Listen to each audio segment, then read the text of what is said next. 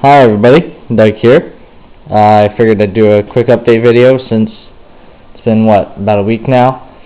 So, I'm just going to go over basically what I have and have not done again, just like I did in the last video. And I'm just going to do that real quick, and then I'll go into what I'm actually going to do on the Agway, because it's about 35 degrees right now, so it's been a lot warmer than it has over the past week, so I'm going to try to get some shit done on this thing. So, with that, the Ariens Grand Sierra, as I highlighted in one of my other videos, had a running problem, and I had my friend come over who had worked on this before to help me diagnose this, and we think that it's the carb. It has like a clogged jet or something in it, so gotta take that apart, clean it all out. So that's where that's at. Nothing has happened on the Agway yet. It's gonna be done today. The Tecumseh here, nothing happened on that. And on the Vanguard, nothing much happened on that either. I did get a new fuel pump for it that came off of like a 22 horse, and it still doesn't run. So either I don't have enough back pressure, which shouldn't be an issue because I'm starting this straight off of ether, but I think jet inside the carb is clogged, because I've been playing with the throttle and the choke and everything like that, trying to get this bitch to run, and it hasn't yet. So that's there for now. If anybody has any suggestions on that, let me know. And another thing that I wanted to ask with this is, I don't know if it's directly related to the carb, but the fuel pump, when it starts pumping, fuel will come out of this little hole right down here, and this one up here that you can't see, but there's two holes in it. And I assume that they're just like an overflow kind of thingy, but gas is coming out of them.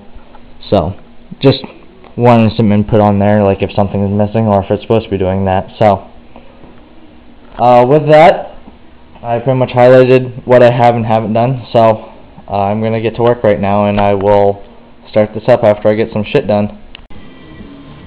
Okay, as you can see, I have the Agway outside. Time to do some body mods, really.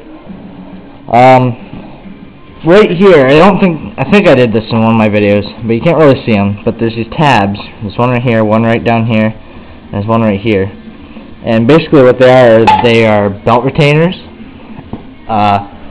It's basically MTD's way of saying we're too lazy to put in the actual long ones to hold the top one in. So I have to grind all those off because my pulley is going to be really close to this to get the back one. So I gotta grind those off. Another thing that I'm gonna do while I'm under here is I don't have to, but what I want to do is I want to put the clutch pedal on the right side, so the pedal that was in here is going to be backwards, and then on this side I want to have a brake linkage. It's going to be a little tricky because obviously it's all backwards because the brake's on that side, but I'd rather have, brake on the left just like a normal car. Another thing I'm going to do while down here, I got to cut out the spot for the brake itself because that lever hits on the body, as I highlighted before.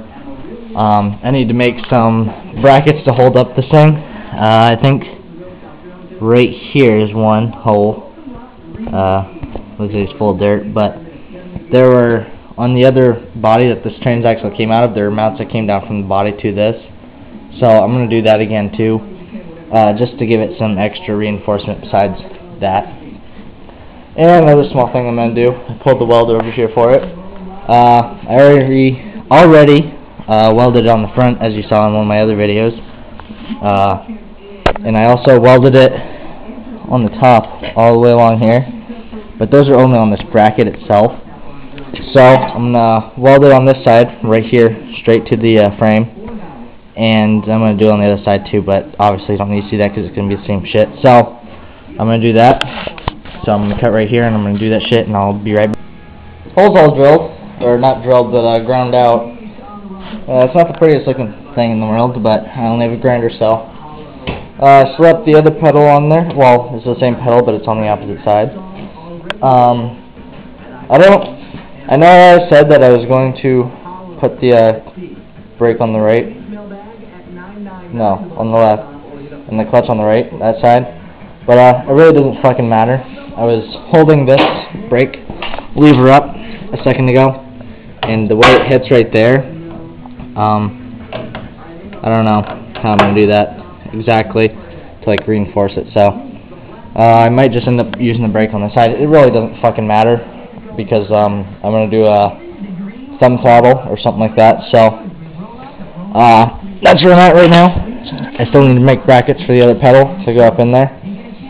So while I'm out here, I have my 7,000 foot long stick. Actually, not really. It's about 4 feet. So slap this bitch down on here, and that's roughly on the edge.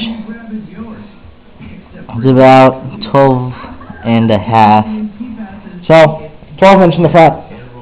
I mean, I could go with the 14 and all of its ridiculousness and just cut out, you know, little slots here on the side for the pulley to clear.